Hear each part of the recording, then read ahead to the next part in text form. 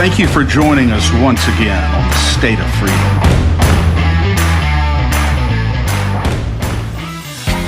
The State of Freedom is a listener-supported podcast. We're committed to pursuing the truth about policymaking, regulatory actions, and political maneuvers in Louisiana and at the national level that stand to impact your freedoms. Please support the State of Freedom by becoming a monthly supporter or member of the Warrior Circle, or by advertising your business, your nonprofit, or your event with us. Go to freedomstate.us. We are bypassing the mainstream media cartel and the establishment political parties in Louisiana and coming directly to you, spreading the uncensored voice of freedom across Louisiana and beyond. Red Zeppelin is the best kept secret, but because of us, it's really not a secret anymore. Anybody who has not been to Red Zeppelin on Perkins Road in Baton Rouge, you're truly missing out. The best environment, the best service, and the best pizza in the state of Louisiana. Go to Red Zeppelin today. Tell them the State of Freedom sent you. Well, good morning, folks. I hope we did not bust your eardrums with that. We are running a couple minutes late because they updated my streaming software overnight, and I have no idea how to use it now. So we'll figure it out as we go. I couldn't find the volume button. I don't know what's happening. So everyone, just give us some grace this Thursday morning. But we're going to get into it now. As you all know, Louisiana just redrew the congressional map again right before midterms, and we're going to be asking some questions. Did lawmakers fix the problems or create a new racial gerrymander in defiance of the Supreme Court? Well, today, attorney Paul Hurd, our dear friend, breaks it all down. What the new districts mean for your vote, your representation, and the balance of power in Washington. And it is Thursday, June 18th. It's 10 a.m. Central. And I'm Danielle Walker, joined by my dear friend and co-host, the watchdog-in-chief, the bulldog extraordinaire of Louisiana Citizen Advocacy Group, Chris Alexander. Good morning, Chris. Good morning, Danielle. How are you? I'm figuring it out. Better now that we're going. I got total confidence in you. And we're coming to y'all live on Voice of the People USA TV and radio network, on Rumble, X, YouTube, and Facebook. As always, do all the nice things. Please share, subscribe, get the notification, send stars, retweet, whatever it is.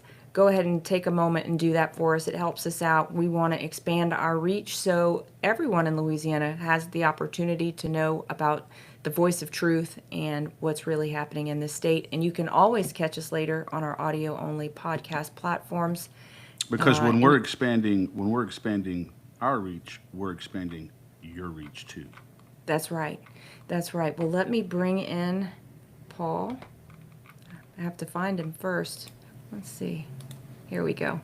Hey, Paul. Good morning. Thanks for bearing with us. Can't do anything without this guy. Well, that's nice. If we're not stirring the pot, we're not cooking. So we're glad to be here. Awesome. Well, look, let me get into the scripture of the day. It's going to set us on a good tone before we go ahead and, get everybody stirred up. It's 1 Timothy chapter 2, verses 2 through 4, and this is going to be a familiar scripture to y'all. We've talked about it here before.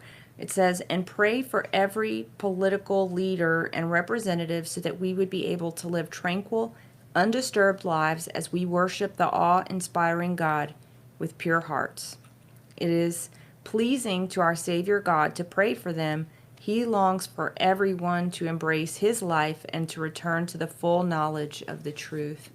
And y'all can tell from the background, I'm still here in Las Vegas. I leave today. But I met a Romanian pastor this week, and we were sitting together at dinner, and he told me that the Lord asked him about 10 years ago if he wanted to be filled with the love of God for all people. And he did accept that challenge, and he talked about what walking out that process looked like, because it involved the shedding of his personal feelings toward people he knew were walking in evil and hurting a lot of people and even destroying the country, because it was difficult for him to kind of allow that love to be, I guess, pointed towards some of the political leaders at the time. And that conversation really challenged me, because if we invite and allow the Lord to fill us with his love, even for political leaders who are doing so much wrong and doing so much to betray us, then that will enable us to pray for them with pure hearts. And that was the challenge I'm taking on, and I'm just going to ask all of you to join the challenge with me, because our prayers are powerful, and the Lord does long to draw all people, even politicians who we view as corrupt, back to his heart. And when they do return to the Lord and to truth, then we can live tranquil and undisturbed lives. So I guess the message of today is we got to get our hearts in alignment with the Lord's heart for people, so that we can pray powerfully and see him change people's hearts. And Danielle, as you were reading that, I was thinking, ideally, we want to pray for our leaders for their own good, for their own sanctification. But Paul also here is saying we need to pray for our leaders so that we may live tranquil lives. Exactly. And I think what he's suggesting is that with good leadership, with good temporal societal leadership, we sleep better at night. At least that's the way that I interpret it. So really, our motives in praying for our leaders, maybe they're largely selfish motives, but nonetheless, we need to pray for them, because what they do directly affects us. And 100%. I think it's important to remember that. So pray, whatever the motive is, pray. Pray for our leaders. And speaking of someone who we pray for on a daily basis and has done a lot to help me sleep better at night, is Paul Hurd, who's a familiar guest on the State of Freedom. And Paul's going to talk to us today about the latest on the redistricting things. Paul, it's always a pleasure to have you with us. Look, it's great to be here. I'm thinking as far as how to have a tranquil sleep. We both need to actually be tranquil. But if it's not, part of our advocacy is to get to a moment of tranquility that's real, not self-imposed, but existing in the world. And so some of my litigation, some of my part of my life has always been, I'm a real estate lawyer, I'm a financial lawyer, but about 25% of my practice is for the last 20 years has been to sue government. I mean, it seems like there's so many opportunities, and I think that's one of the opportunities was Calais that came up, the congressional redistricting case, and we took a hold of it, and we were successful at moving the ball down the field, and our cup is half full. Where we are on the congressional districting is the new plan. There's serious questions about whether or not District 2 now, the one that stretches from New Orleans up to a little finger that goes across the river, and we have Duck. Yeah, there he is. The little yellow one. If you look between West Baton Rouge and East Baton Rouge, there's a precinct. You can tell the politicians plan this stuff right up to where it goes over to West Baton Rouge. Then it goes. It looks like across the river, but what it first does is there's a precinct that is the river. No people, just the river. What? Why? So that you can connect the population in West Baton Rouge that is south of the population they want to get in East Baton Rouge. How do you get there? They made the river, Mississippi River, the connector, so it stays contiguous. We call it in the districting business duck contiguity, because the only people that can follow it is a duck. And last time I checked, and maybe it could change, they can't vote. And maybe if they were born here, they can. But anyway, so that's where we are right now. We've got this new plan. The election got upon us. The first thing we have to remember is these lawsuits are filed for voters, for the right of voters to have a peaceful, organized election of their representatives. And part of the game that gets played against us is the stall out, the slow hand. And the good news is we eliminated one racial gerrymander that went from Baton Rouge to Shreveport, Caddo. Now we have a district that was, before Calais, before our opinion, was self-professed to be intentionally a majority minority district. In this plan, there's like 16 parishes that are split out of 63 or 4. We've got 63 or 4. I don't quite remember. But of the 16 splits, 9 of the 16 splits have to do with this District 2. And so what you find is we're sorting voters either as Democrats or as majority minority voters. That's still before the court. We had a hearing this week, status conference, and the court gave us a direction, a orderly direction on how to get a scheduling order in place. Functionally, it looks like we the court won't be doing, we don't need to do anything between now and November when the election will occur. The election's going to occur under this new change plan. Yeah.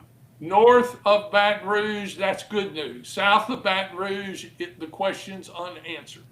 But that will be another day. And so we have scheduling, and basically, if we decide to challenge that other district, the scheduling order looks like it's going to result in a trial next year in February or March. Yeah. Discovery will occur between now and then. Motions will be made. Feathers will be ruffled. And we will ultimately decide whether the Constitution prohibits that district or not. Paul, this new district, so we've clarified that this new district, this SB 121, I think. That's the bill that became Yeah. Act 2, I think, actually. Yeah, and that's the district that will be using for the foreseeable future, certainly in the upcoming congressional races. Yeah. That is settled. Not the foreseeable future. Let's just go one election at a Okay, time. one election at a time, at least and because that's the For the immediate concern. 2026. For the 2026 Yes, elections, ma'am. we're going to be using this new map. Now, I wanted to ask you, you said of the 16 parishes in District 2, I believe, that are... No, 16 splits through the whole plan. Okay, and 9 are in District 2. 9 of them only deal with one district. One district. Wow. And those, if it is challenged, it'll be challenged based upon those 9. Well, those 9 will be evaluated. The interesting question will be how clearly do those splits correspond with racial content included into District 2 and excluded to be out of District 2 to manipulate the voters. Now, Yeah. there's good news about Calais, and that is we can quit. Some of what Calais has said is we're instead of this being a perpetual fight in federal court, Calais said, don't use race. But otherwise, if you don't like your districts, vote out your representatives. What they've recognized is fundamentally districting is a political act that the federal courts have no jurisdiction to oversee political decisions. If we enact pro-life policy, that's our business. If we enact a pro-abortion, that's our policy. If you don't like it, vote your representative out. That's good news. Calais is good news in this sense. It says we're going to live together and we're going to vote together. We're not just going to separate ourselves into tribal racial units. And so in that sense, we need to demand less in federal court and demand a whole lot more of our legislators that we send from our hometowns. Yeah. Now, Paul, they're saying that this district was drawn not principally based upon racial disparities, but based upon party disparities, based upon Republicans versus Democrats, and political partisanship is allowed under the Constitution, right? So, is there any difference in making the argument? Well, maybe these political determinations that we're making happen to coincide with race, but that's not the principal reason why we're doing it. We're doing it based upon politics and based upon parties. Does that make the drawing of this map less objectionable constitutionally? It would. The interesting part about this district, it exists pre-Calais, meaning that it was professedly, publicly declared to be intentionally created to be racially predominant for African Americans, which is the intent when it was enacted. Now, Okay. Calais comes out and it says you can do political gerrymandering or districting. Look, if I can interject at this one point, I don't try to use gerrymandering as a word too much, because the only difference between districting and gerrymandering is if you like the results, it's districting. If you don't like the results, it's gerrymandering. It's just a highfalutin cuss word that we use when we don't like the results. You've hit on the problem that we've got, and that is that this district was intentionally publicly declared to be drawn based on race, and those splits are likely to correspond with excluding neighboring white voters from neighboring black voters intentionally. Now, the other question is, how much did this change? If they'd have done a Democratic gerrymander district, how much has it changed from the racial districts that they did pre-Calais, before they knew what lie to tell? There's less than 5% of the minority population that was in the professed minority district is out of the professed Democratic district. In other words, if all Calais was about was we're going to change our names and we're just going to call it partisan, I think the court is more perceptive about saying, no, if you reconstruct your district, if you take a pre-Calais intentional majority minority district, and you, legislature, go in, you identify where your Democratic voters are, and you draw a Democratic district, and it turns out largely minority, that's okay. There's no evidence in the record that they used any election data. They just readopted the majority minority district. And so that's what next year will be about, is how do the federal courts, what do they require of states? It's easy if the state made the study, brought forth the evidence to show we did this because they're Democrats. They used, the issue becomes, there was no electoral districting reconstituted election data. That's the reliable data that if you pay a political consultant to say, can I win? Can I win? They use reconstructed election data, take elections that have already occurred, overlay them on the new district and say, all right, will a Republican or a Democrat win? None of that was used. They only used race. Exactly. And they only used registered voter.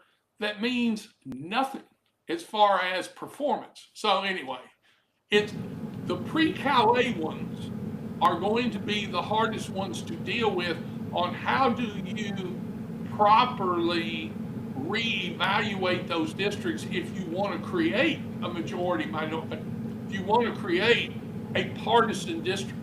The other issue was in Louisiana, why we chose to do a 5-1 instead of with the Speaker of the House, Mike Johnson, and the majority leader, Scalise. Why we didn't give them the support of a 6-0 plan is something of policy. It's not a federal court issue. It's a question of why did my leadership do that? Yeah. Well, and our belief is that it was because of the extraordinary amount of pressure that was put on our legislators to accommodate the legislative black caucus, the black demographic. There was a guy who was sitting on the Senate Government Affairs Committee. I can't think of his name, but he was an African American senator who just came right out early in the hearings and said, "We're not coming out of here with a 6-0 district." He just said it unilaterally. It was Carter, I believe. Yeah, it was Sam Jenkins, who was up there. He said, "We're not. I can tell you right now, we're not coming out of here with a 6-0 district. We're not coming out of here with a." So, that's easy to say. My retort is, Sam didn't have any say-so. We have a supermajority Republican legislature who has, through the authority granted to it by their voters, they had the sovereign authority to enact a 6-0, and they weren't elected by those Democratic voters. They chose not to. Sam was just playing to the crowd.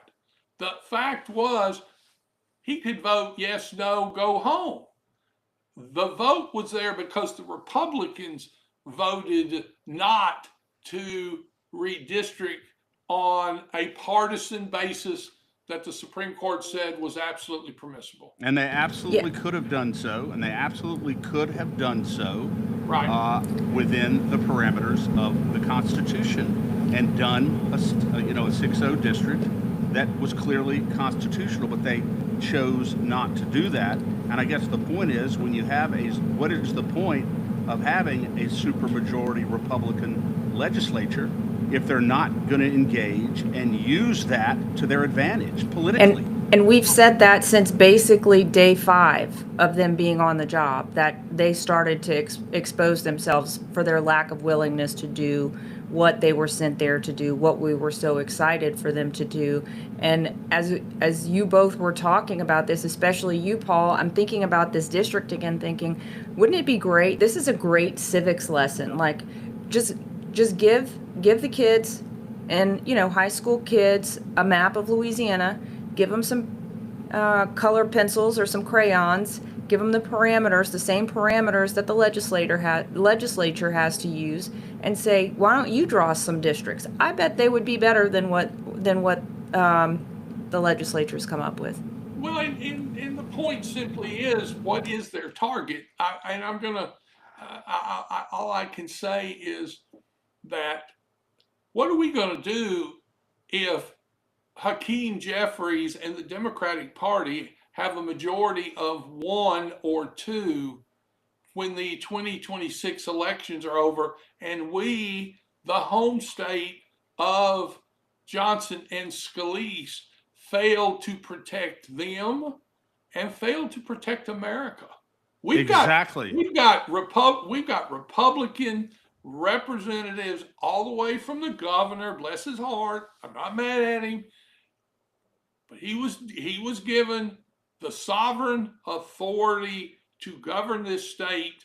And if he sold out Mike Johnson's leadership versus someone that will support Schumer in the Senate, Hakeem Jeffries, and Markey from Massachusetts, and those representatives, I'm going, you failed your country. Amen. And you failed every voter that voted for a supermajority in Louisiana, because ultimately we live, for better or worse, and I've got other solutions to this, we live in a structural dictatorship in Louisiana.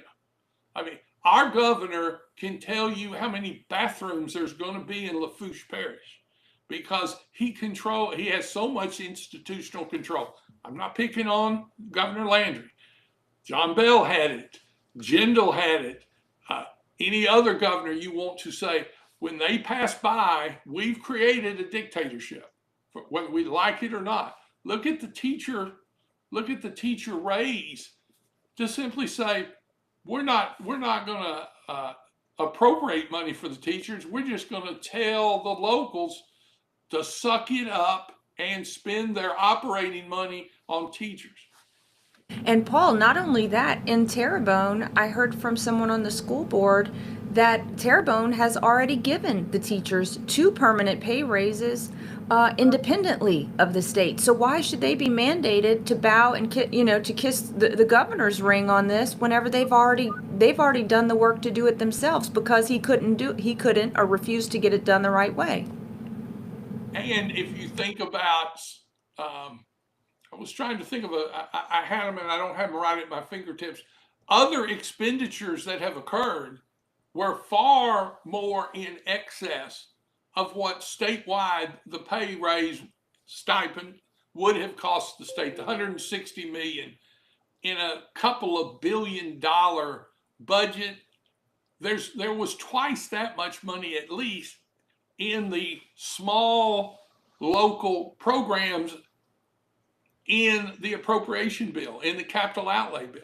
All I'm saying is, look, I was born at night, but I wasn't born last night.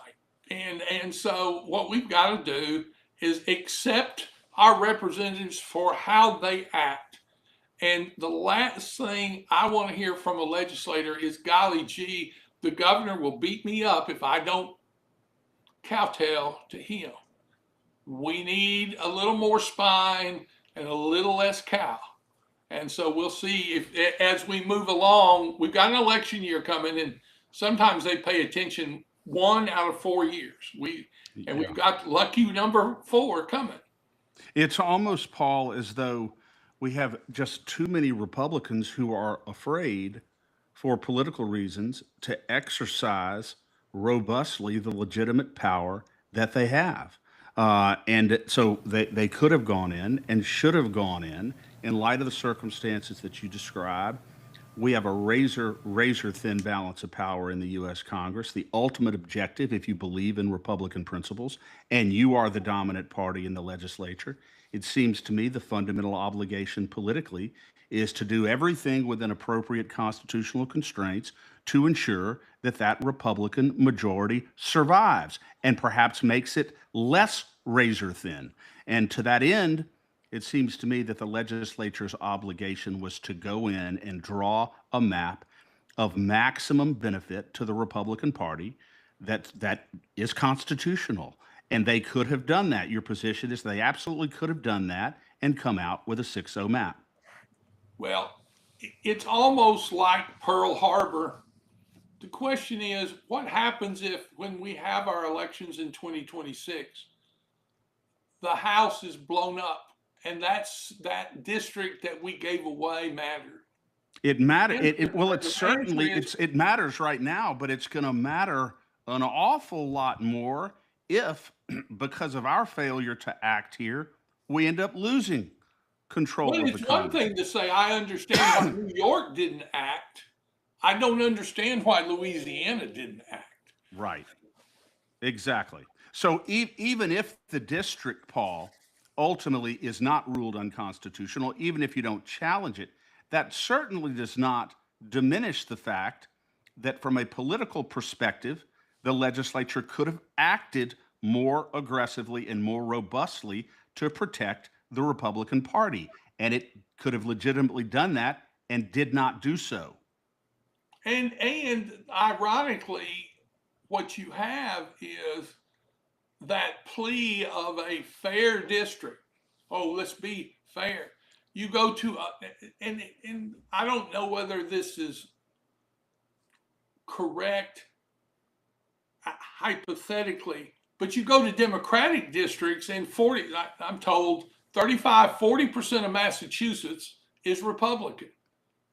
Crazy Massachusetts is 35 or 40% Republican, and they got 0 Republican districts. And all I'm saying is the idea that whoever's in charge politically doesn't exercise their constitutionally given sovereign authority doesn't bother me, as long as we don't handcuff ourselves. We got to be respectful of people. I still think you could have drawn compact regional districts 6-0 easy. Yeah, that's what. And it wouldn't have hurt our Baton Rouge community. It wouldn't have hurt our Orleans community, but it wouldn't have hurt our Shreveport Northwest community.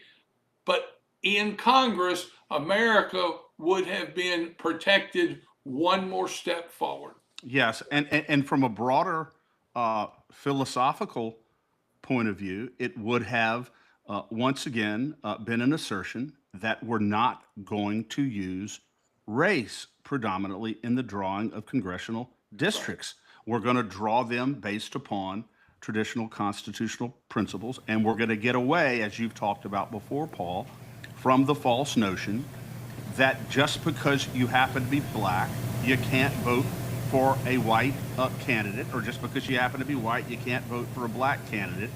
We're getting away from that, and we are asserting that there's no reason why communities of interest that satisfy the contiguous compactness requirements cannot elect a good representative.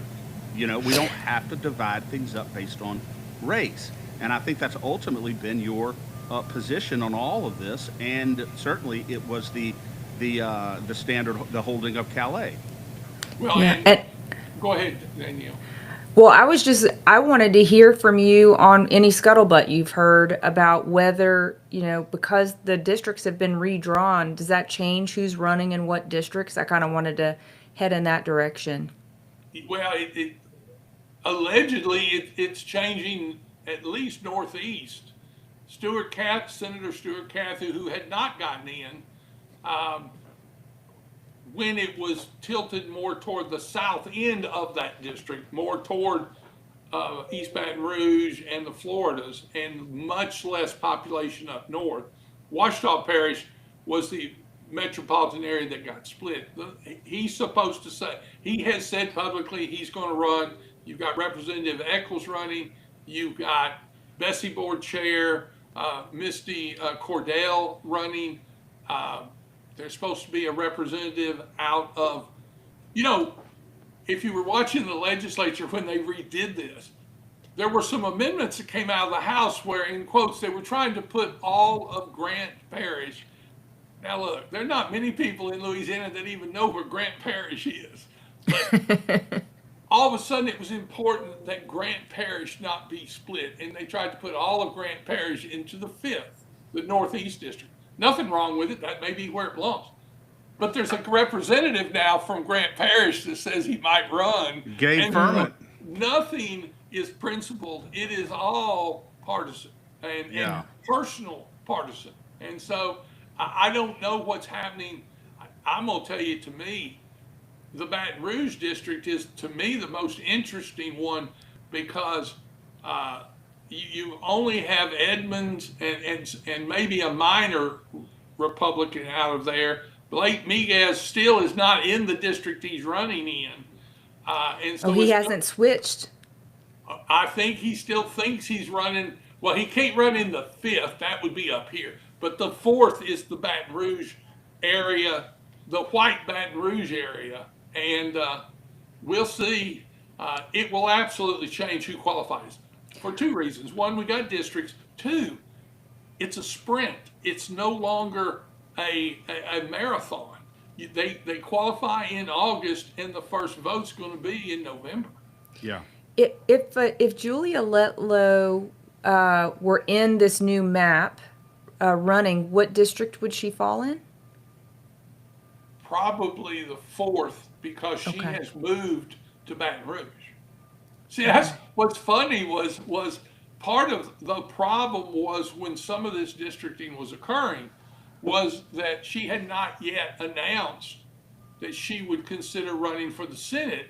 And so even though she had moved to Baton Rouge, everybody was drawing districts from Northeast Louisiana, and then you'd get to East Baton Rouge and there'd be this finger. It went to her house. Welcome to redistricting. We had in Washita, when this was done in SB 8 that we set aside, if you went to Washita, we're sort of a squarish parish, and we've got I-20 running right down the middle of us, east to west.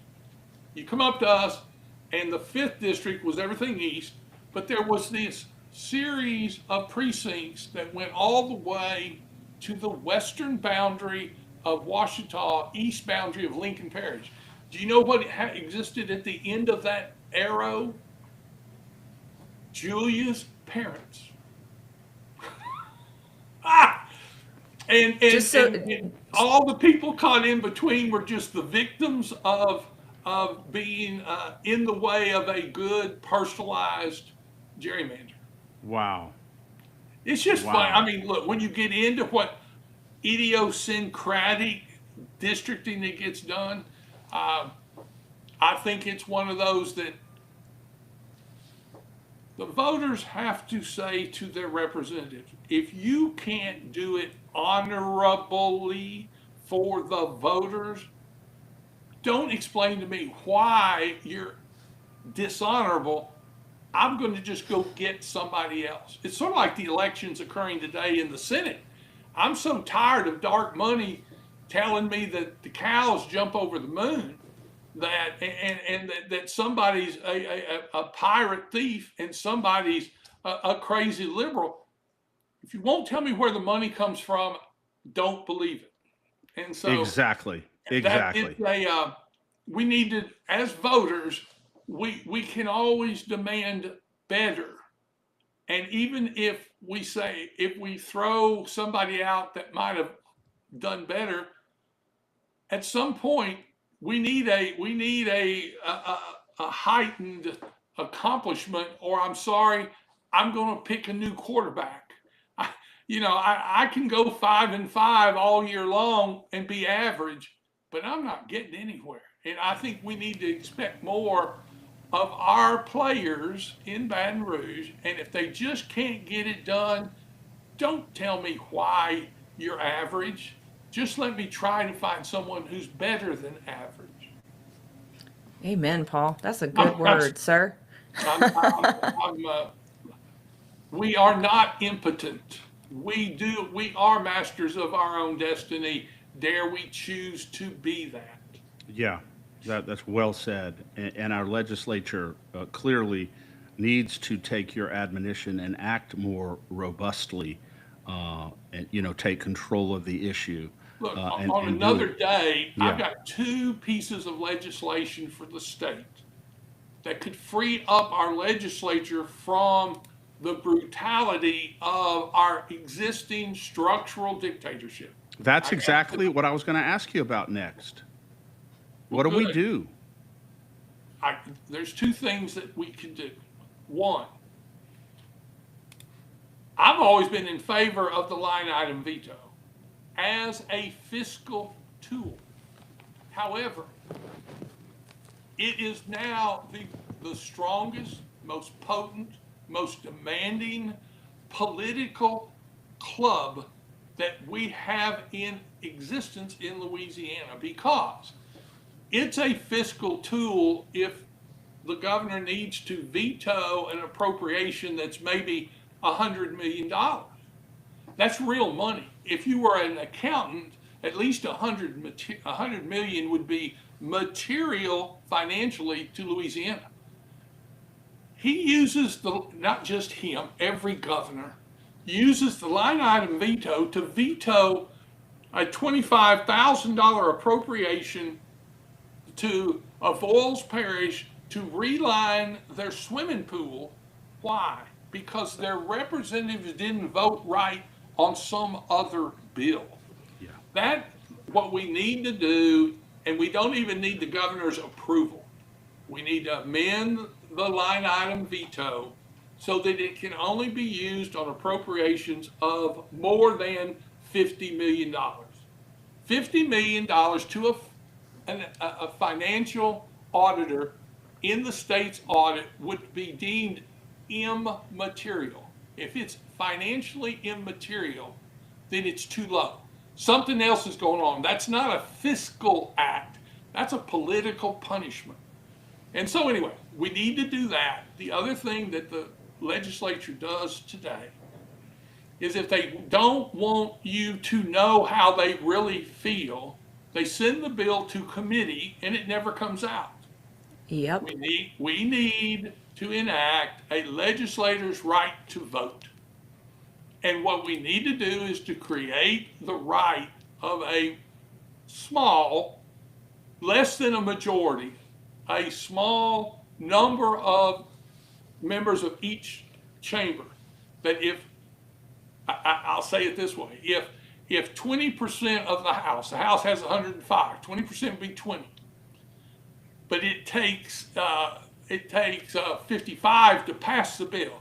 If 20 legislators will say, we want to vote on this bill, we want to exercise our right to vote, they can call it to the floor, stop everything else going on. This is the way I envision it. Because if you stop everything else, now they've got to vote. I don't care whether you enact it, vote it down. But guess what I've got at the end of the day? I got to vote by every representative. Yeah. They can't hide. Absolutely speaking our language on this, Paul. No question about it. You're speaking our language on the threshold amount below which the governor cannot exercise the line item veto. Every police jury, every city should tell their legislators, you need to pass this. It's a constitutional amendment to limit the line item veto to items above 50 million. It would also protect your local government from, if you're in Monroe and I don't vote right on an oyster bill that comes out of Lafourche, they're going to cut my highway improvement for the bridge over Bayou Beth. My point being, one has nothing to do with the other. Right. But it's that ability to veto these local bills that every parish, every city should be in favor of limiting that line item veto. Those things should be off limits to a governor's retaliatory line item veto is what we're getting at. Yeah. That significant portion of appropriations should absolutely be immune from a political line item veto. I could not agree with you more, and I absolutely love the idea. I've got the bill in my desk. Yeah, and I love the both idea of of them. passing a law that if a certain number of representatives express collectively, 20 of them, whatever it is, that we want to vote on this item of legislation, that would reduce overwhelmingly the number of bills that Danielle and I see every single session dying either in committee, never being called, being voluntarily deferred, or just dying on the floor of the House or the Senate. That would address that problem. They don't even die on the floor. They die in committee. Often they do. Because if they get out of committee, somebody had to vote. They go to committee, and it's like I used to watch Tarzan 100 years ago. It's the elephant graveyard. They just go in there, and all you find are dead bills. And so you found dead elephants at the elephant graveyard. The committee system is intentionally created to hide the results from the voter. And my answer is stir the pot. Stir the pot. Empower my voter. Empower my voter to know where I am. And Paul, could you put a trigger in there, or maybe you already have it? Like, for instance, House Bill 7, which we know got mercilessly slaughtered in House Natural Resources, but may have done reasonably well, perhaps. on the House floor. Would there be a trigger where you could bypass the committee mechanism if the 20 wanted to? That's what this bill does. It says, I don't care where the bill Okay. is. Once the bill gets enacted, they assign it. It goes normal procedure. It goes to a committee. I picked 20. 20 representatives can call that bill down to, talk in the House. They sign on, 20 of them. We hereby want Bill 101 called down on the floor to be voted on in the House. My bill does two things. The committee has to stop. The Speaker of the House has to go get the bill, and he has to bring it to the floor, and within 10 legislative days, it has to be presented on the floor for a vote. And in the meantime, no other bills can be handled in committee or on the floor. The reason you have to do that is because that's your enforcement mechanism to say, if we're going to bring it down, you may not want to vote on it. If we don't have that procedure, they'll bring it down and hold it till the last day. Just let it die. Exactly. Let it die. You can write. This is where you're a master of your own destiny. I've got the bill that will make sure that the voters know how they want to vote. It doesn't make anybody vote any particular way. It just makes them unable to hide. And that is this We is. don't care. We're voters. These two bills, Danielle, I think I can speak for us here and say that these are two bills, as you're describing them, that we would support enthusiastically because they help us. They help us tremendously. It helps the voter. Yeah, and it helps us. It helps a legislator. If you're exactly right. If it gets assigned to a committee that snuffs the bill, but if it ever got to the floor, it would pass. This assures us that a bill that has the support, and I'm a little bit of a cynic, but the bill that has the support can get to the floor, and we will find out whether our representatives or our senators were lying to us when they said they supported it, or whether they meant it and they vote for it. I don't care. That's their job. They signed up. We'll see how it works out. But they can't hide behind the tree. They can't hide behind a fellow committee chairman. Democracy works if the voters have the information. Because right now, Paul, I will tell you, we know it absolute firsthand. There are a lot of rhinos in the state legislature who rely directly on the demise of bills that are being heard on committees that they're not on.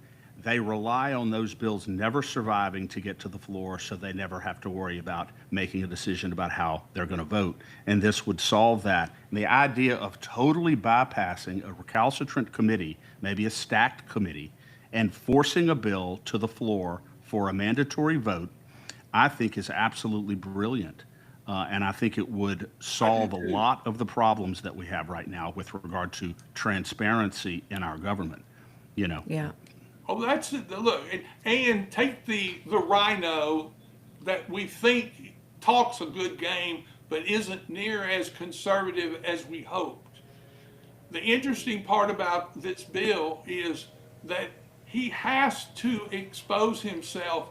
And right now, with it, you go ask him and you go, well, look, why didn't you vote? Why didn't you do something to get this bill out? He'll say, well, yeah, but he was going to veto my public pool improvement in my flood bill if I vote on that bill that has nothing to do with flood control or the policy of flood control. Oh, I couldn't do it because it would have cost Luling their $10 million improvement for their civic center. The answer is you take both tools away from them. Exactly. Bingo, guys, we can do this. And then you strip it down that way, and that's how you figure out what their real motives are. The answer because is they no I at longer least have know these how people. they vote. We know how they vote. Well, and here's the thing. These bills both need to be introduced this legislative session coming, early 2027, and we make that an absolute marker. If you vote against these bills, if these bills don't pass, we are coming after you come election time. Or let Because me say Danielle, that- because Paul's legislation here addresses precisely the reasons why they are reluctant to vote on certain things in a certain way. And it also takes away the excuse about, well, the bill never got to the floor. I couldn't have Oops. voted on it because it never got to me. What Paul's doing here addresses both of those issues. Yeah, Oh, look, exactly. And it's it a- needs to be a litmus test. These bills need to be the litmus test going into next year's election for the legislature. Our litmus test is, can we find uh, can we find 5 representatives and 3 senators that would jointly author the bills on both sides? That's your first test, is will any of them even come out of their cave politically and stand up for the voters? Yeah. The people that can do this is, we need police juries and cities to say, we need these 2 protections for us. We still want you to represent us in state government, make those policy votes, run the state, but let's separate the ability to protect your local programs from frivolous issues, unrelated issues in the state. So And we'll Paul, talk this may about be it more. with the governor not having the ability to reach in and use those tools, those bullying tools.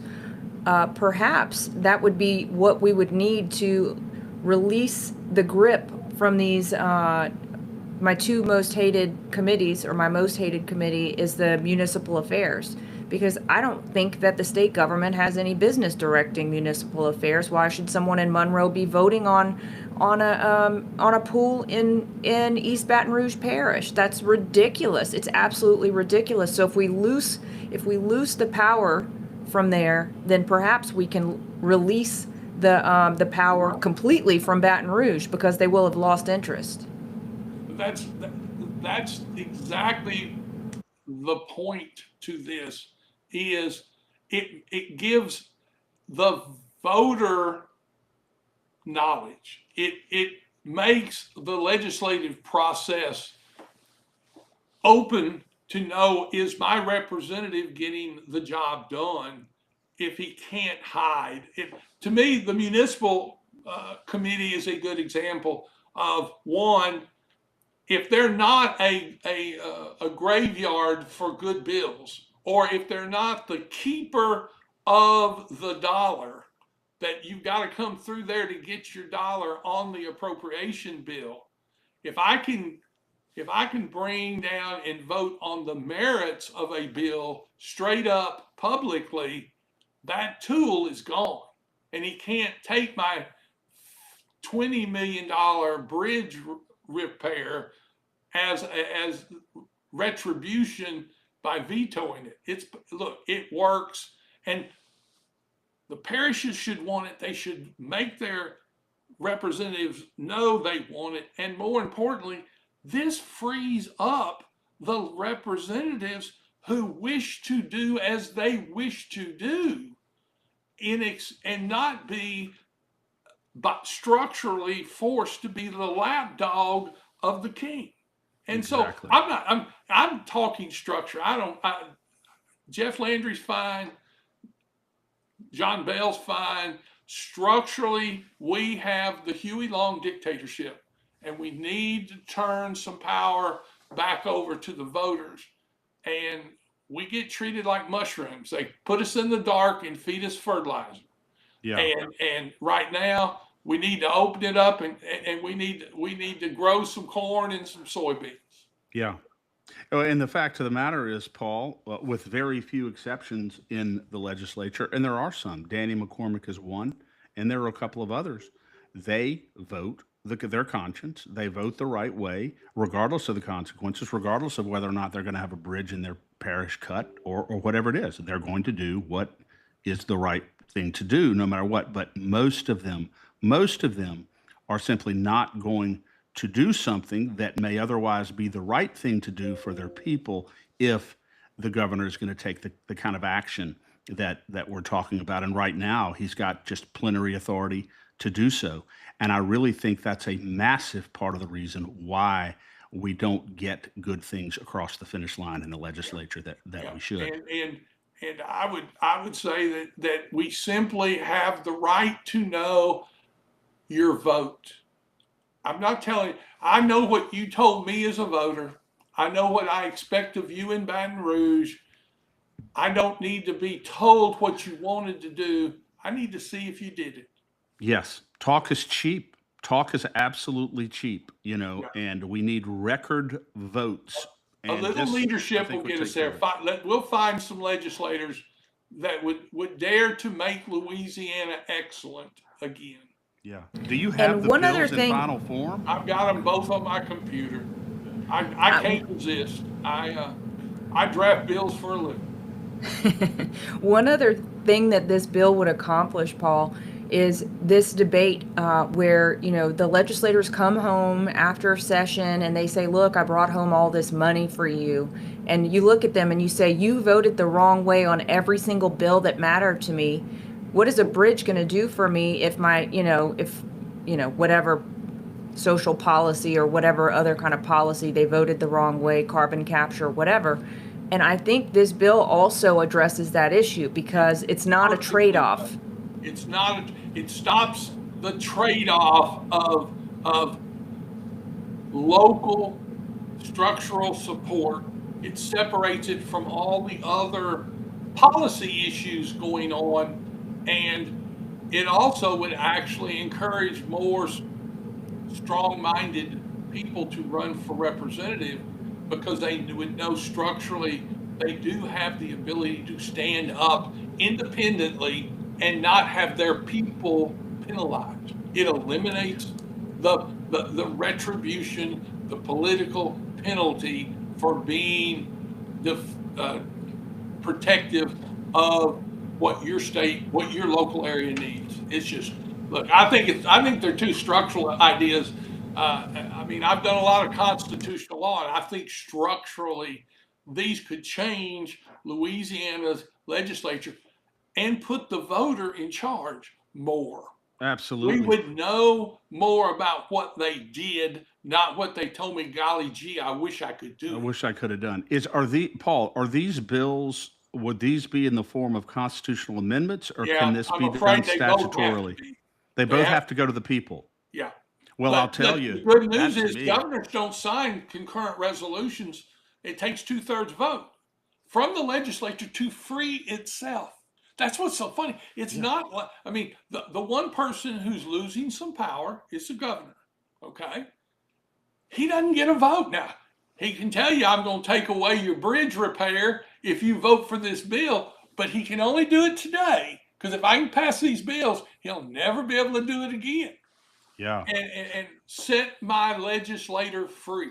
And it's important for our viewers to understand that proposed constitutional amendments do not have to be ratified by the governor. Correct. If they're passed by 2/3 of both chambers, they go to the people. The governor's not involved in that process. Now, he can, as you said, he can threaten them all along the way, but if they get to the finish line, and I'll tell you one thing, Paul, I anticipate that if these two items that you're talking about get to the people, and they're properly explained to the people, I think that they would both pass overwhelmingly in a statewide ballot.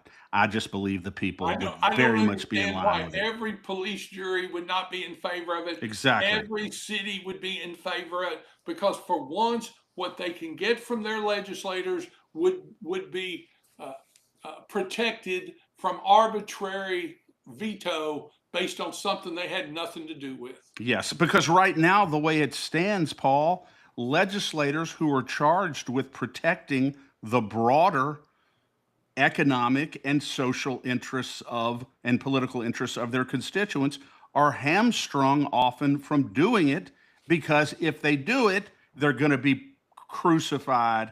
They're going to have their money to their local parishes cut. That's the issue, and this will take care of that.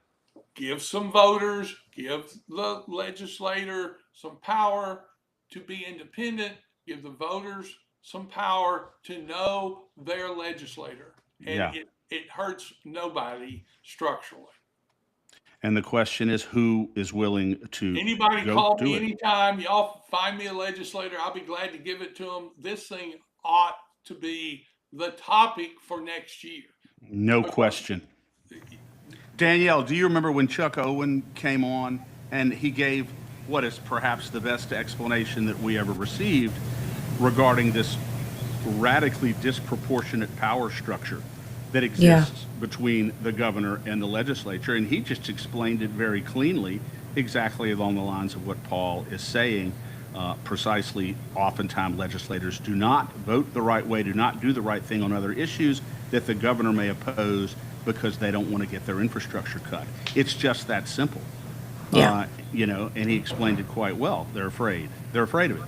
But Paul, I've been searching, and Danielle and I have been talking about this, this power discrepancy that exists between the governor and the legislature on these issues, and what can be done to resolve it. And you have given us what appears to be a workable, effective solution to that intractable problem. And I can tell you, I agree with you. I think it should be a top priority, if not the top priority, in the upcoming session. 100%, and I think it could also be a chisel at some of the governor's other powers that he wields because of the very reasons you talked about, Paul. I mean, legislation like the bill that Senator Morris carried to involve the governor in the impeachment of judges, that would never have to fly in this kind of scenario if the legislators weren't beholden to the governor for everything. And all of this where he gets to appoint multiple people to every commission and stack the commissions, come on, that wouldn't fly. No, there would be an ability, there would be honest political debate on if the governor's not going to do the evaluation, if he's not going to do the appointment, who should? All right, those are all political debate. Fine. But the answer is, it doesn't mean that if I don't go along, you can't kill my road repair. Exactly. We're discussing issue on issue, that we keep things siloed, if you will. And if we're going to talk about judges, we're going to talk about judges. We're not going to talk about my bridge in Ouachita Parish. Exactly. And that's why this kind of protection of basic governmental services is a no-brainer. And if our police juries and our cities don't have enough gumption to free themselves, this is the simple answer to set them free for their to protect their legislators and set their appropriation free from an arbitrary veto that had nothing to do with the merits of their project. And they're the ones in this scenario. Another thing that's very attractive about this is that it's the locals who would be the prime movers behind it, and you have the legislators who would be in a position to say, look, these are all of my locals. These are the powerful people in my local community to whom I'm accountable, and they are all behind this. They all want this. So to some degree, you take the heat off of the legislator, and then, as you said, Paul, all they got to do is survive long enough to get it to the finish line, to get a vote to the people, and to get it passed, and then the issue's resolved. And the irony of it is they will survive, and even if they're punished, the punishment shows the merits of the amendment. I mean, it's like, let me show you why we don't need this power at this level of political, not fiscal, political punishment. It's interesting. We can be a master of our own destiny if we'll just stand up and do it.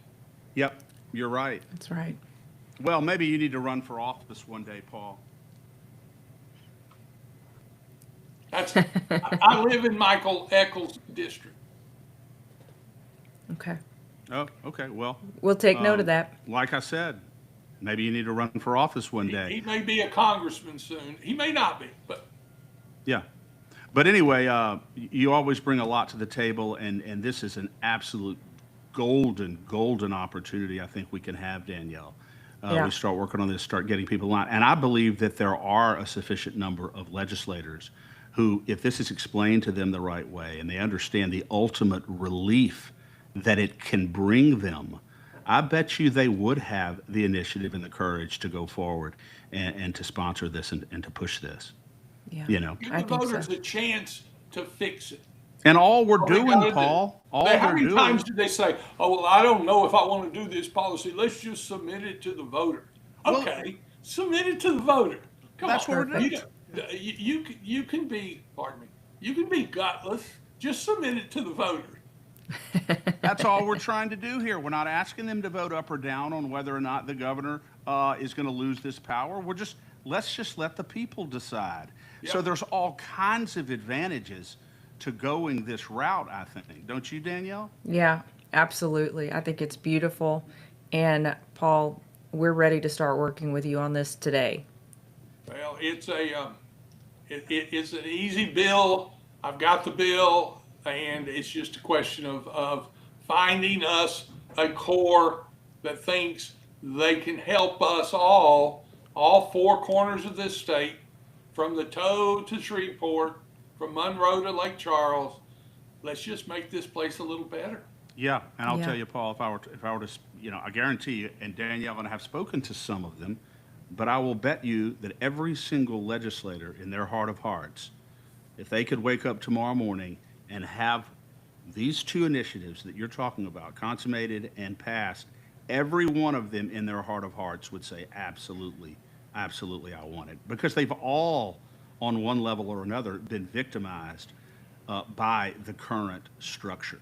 All of them, at one point in one way. And so I think we're maybe on to something, Paul. You're dropping pearls up in here today, Paul. Hey, look, it's fun. I've been a structural constitutional lawyer for 47 years. Not long, but the idea is that I fundamentally believe that people's actions are channeled and affected by the structure in which they find themselves. We need to make a better structure to open up Louisiana's legislature to its own independence. Now, we're not going to like every vote, but the answer is I'll know who voted my way and I'll know who didn't. And we will honestly have a discussion about that, but we're not going to hide the ball as much anymore. Yeah, and in from a pure position of principle here, in a constitutional republic, the executive simply should not have this power to begin with. If you're looking at it from the perspective of an ideal republic, an executive should not have the power to arbitrarily punish a representative because of that representative's vote, his conscience vote on another issue that was a very, very important vote. It's simply a power that should not exist in a free society, in a functioning republic. So I will say that's why I put 50 million on the limit. The answer is I want my governor to be able to veto a $250 million expenditure for a Taj Mahal in Lafourche Parish. My point being, that's fiscal restraint. At 50 million and less, you are not affecting the fiscal responsibility that a governor has. You're punishing for politics that are unrelated to the merits of what you're vetoing. But even if you go above but even if you go above the 50 million, where the governor would at that point have plenary authority to line item veto things, there's no guarantee that he wouldn't be doing it for political reasons. Even in that scenario, it may not be a fiscal decision even then, but certainly, the presumption would be that it is if you're talking about that kind of money. But certainly 50 million or below, that cuts out a lot of this political gamesmanship and a lot of this political I reprisal agree. and political To me, retaliation. So it's a the number huge ought to step be, forward. to me, the number ought to be somewhere between 50 and 100 million and below, not subject to line item. Right. And then above that, I don't mind him be or her retaining the ability to fiscally control the state spending. I have Now, a last question, Paul, on this, and then you can say yeah, whatever you want. But I'll forget if I don't ask you this. Under your initiatives, I know that there is a mechanism don't whereby if 20 representatives want to bypass a committee, call a bring bill it, down call a bill out of down onto committee. the floor, yeah, they can do that. But is there a mechanism that would force a committee itself, to take action on a bill? I don't want that committee to take action. It doesn't help me.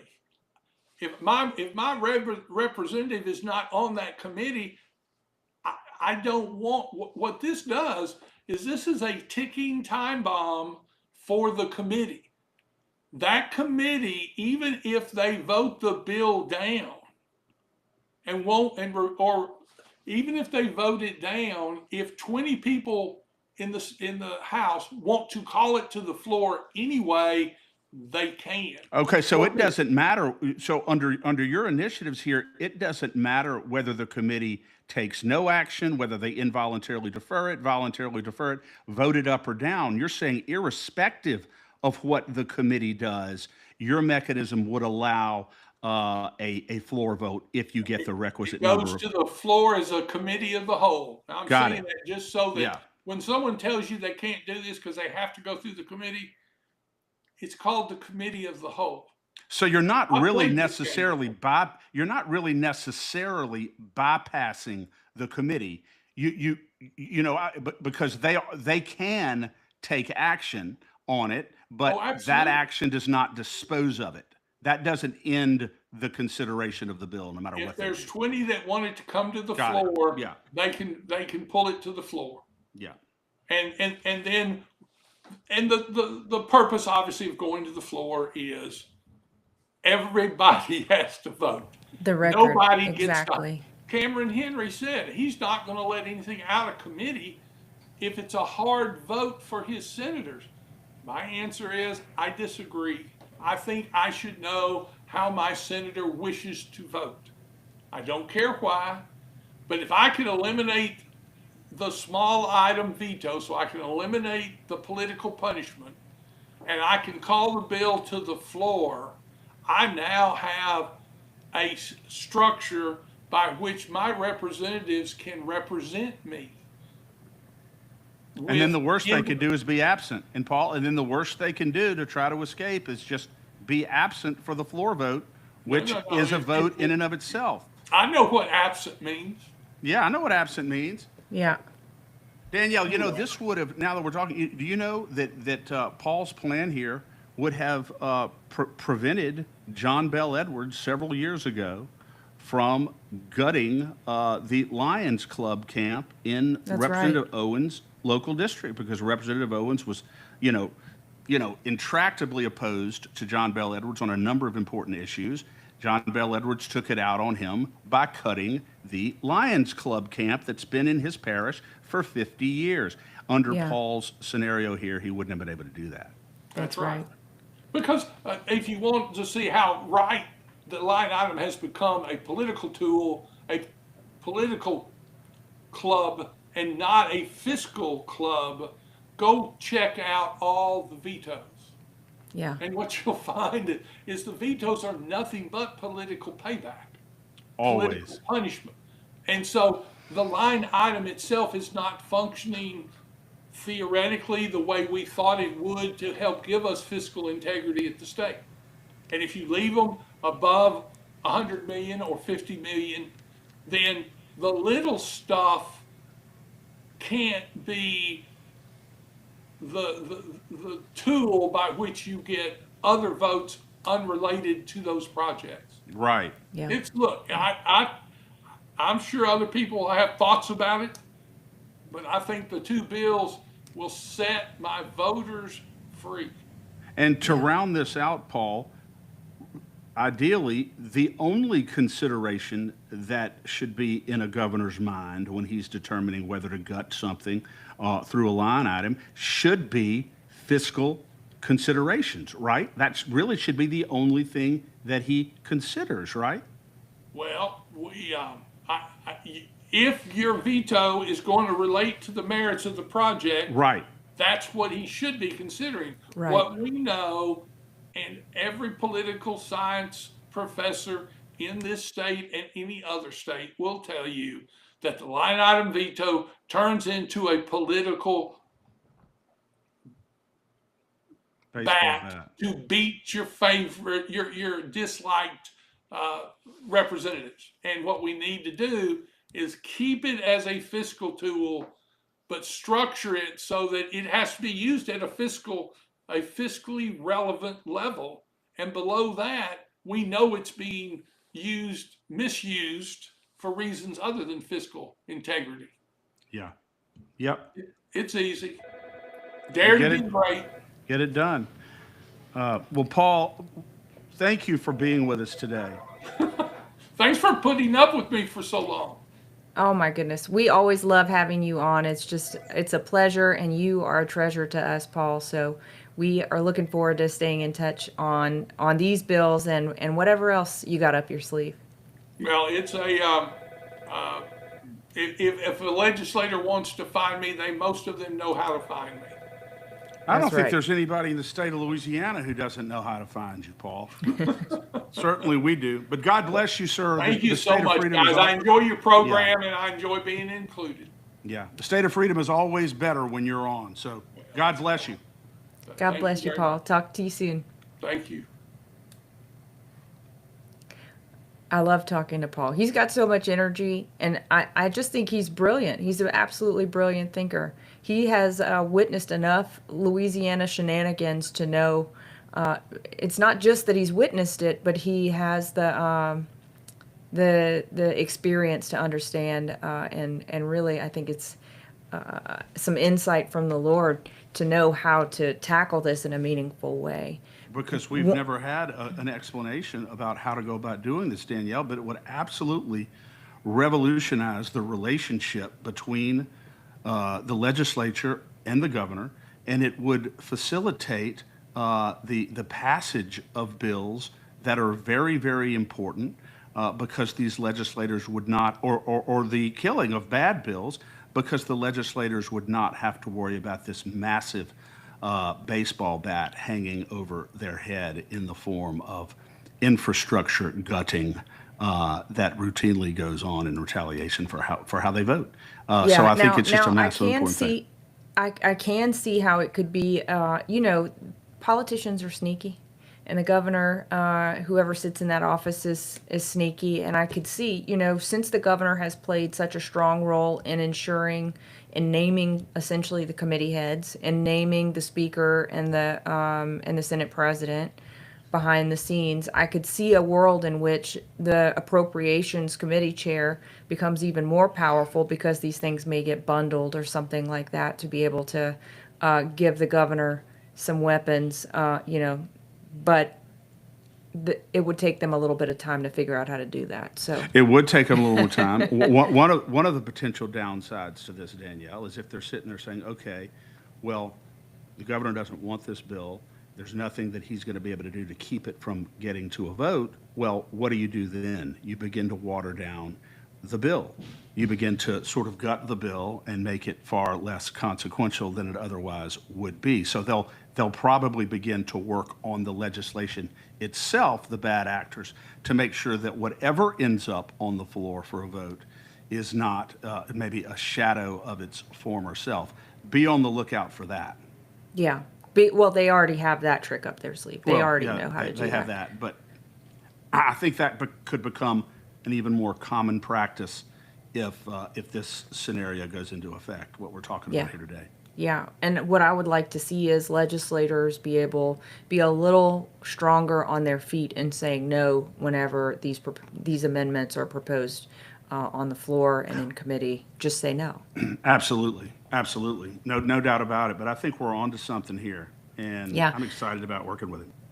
Absolutely. Just a couple of things to round out this conversation, Chris. I wanted to mention for anyone who was curious, because there was, we talked for at length, I would say, about the redistricting, that qualifying for congressional races is August 5th through 7th. So the 7th is the deadline for qualifying to run in one of these congressional districts, and then our first election, the primaries, will be on November 3rd. Well, November 3rd, and never forget that the U.S. Senate Republican runoff is on June 27th, right around the corner here. So be Next discerning. Saturday. Next Saturday. Be discerning. Make sure that you are seeing through the separating fact from fiction, understanding what true, accurate sources of information are. Do your own little bit of research. Listen to the State of Freedom, because as we get closer to this election, we'll be talking more about the issues and the importance of this race. But just make sure that you take these, attack ads in either direction or whatever they are, take them with a grain of salt, because I've come to realize within the context of this particular campaign, Danielle, that very often the real truth about an issue is a casualty of the objective of winning. And whatever it is that they feel like they need to do to win an election, the truth be damned, they don't really care what's true and false. It's unfortunate, and some people may say that's a cynical view, but it is a fact, because I've seen it over and over and over again when, for instance, being pro-illegal immigration, and they go back 20 years to a speech that he made where he misspoke and then corrected himself, and then they doctor a video and use it to argue that he is pro-illegal immigration. Absolute nonsense. Everybody knows that. But my point is, be discerning, and so you can make the right choice, whatever that choice may be, on June 27th, because it's a very, very consequential election. Yeah, and I think you can gauge pretty easily, if you just step back, whether people are endorsing, some of these big names are endorsing on principle, or are they endorsing because it seems like there's some kind of crowd swell or some pressure to endorse. Because I would say, Chris, this is my personal opinion, you see the people who have lined up behind John Fleming. The principle is, we care about conservative values. We care about the Constitution. We care about private property rights. We see that the CCS thing is not only a scam, but it would absolutely bankrupt our country, and it would make Louisiana a toxic waste dumping ground for the world. So the people who are lining up for John Fleming, in my view, can see that very clearly, and that is why they are standing behind him. If you ask me why people are standing behind Julia Letlow, I hear crickets. It's a lot of rhetoric, but I don't see any meat behind people's reasoning. You can put a list of names on a graphic and say, look at all these great endorsements. Well, to be fair, what have those people done for me lately? Well, exactly. And if you go look at exactly, Danielle, you go look at the endorsements that she has received, and then you go look, as we do, at how many of them, most of them, voted in the legislature. Not all, but Not many. all. The overwhelming majority, how they voted, they have consistently voted against the best interests of Louisiana citizens, and they have voted for the establishment. And that's just the way it is. So I think it is important to look at who is supporting, what groups are actually supporting the candidates. And that is a great way to determine where you should fall and how you should vote. But this is all exciting stuff, Danielle, and I can't wait to work with Paul on these bills. This is the only solution that I've heard, and I've asked a lot of people, but this is the only solution that I have heard to resolve this, intractable relationship, really, of animus, because I think when the governor guts these infrastructure projects in local communities, it's all political retaliation. There's no connection between the propriety of a $50,000 bill or a $50,000 bridge or $1 million bridge in Terrebonne Parish and whether or not the governor is going to gut it or not. It's all based on politics and how that legislator behaved on other issues, other bills that were important to the governor for one reason or another. And I do not believe in a free society, in a constitutional republic, we can have healthy democratic government as long as that structure exists. So I'm very happy that Paul has come up with a solution that hopefully is workable and that we can get it across the finish line. Yeah, and I just want to make one more point on the Senate race, and that's to invoke Paul himself, because Paul says, don't look at their words, look at their actions. And so both of these candidates have a track record. You're not beholden to only believe or listen to campaign promises, because we all know what that does. We know that a lot of campaign promises seem to evaporate after the oath is taken.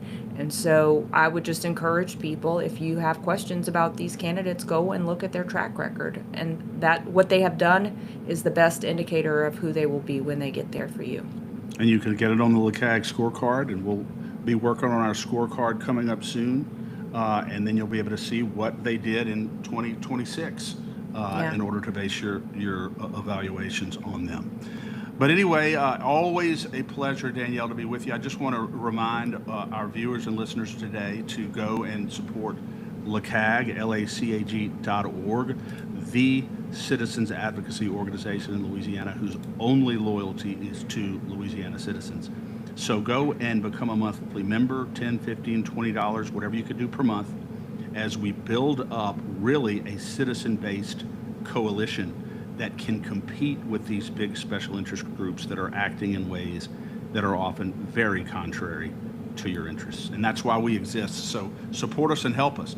As I always say, Danielle, we're the only voice you got, and we're the only voice you need. That's right, Chris. And also join the State of Freedom, join the Warrior Circle. You can do that for $10 a month, and membership has perks. So we would love to get your support that way and keep us going. And you can also just drop us a tip in the tip jar on freedomstate.us. So whatever works for you, in whatever you can do helps us keep going. So God bless you.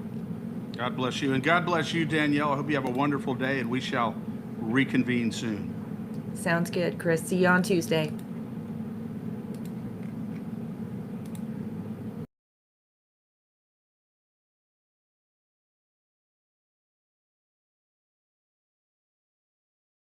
Thanks for joining us today on the State of Freedom.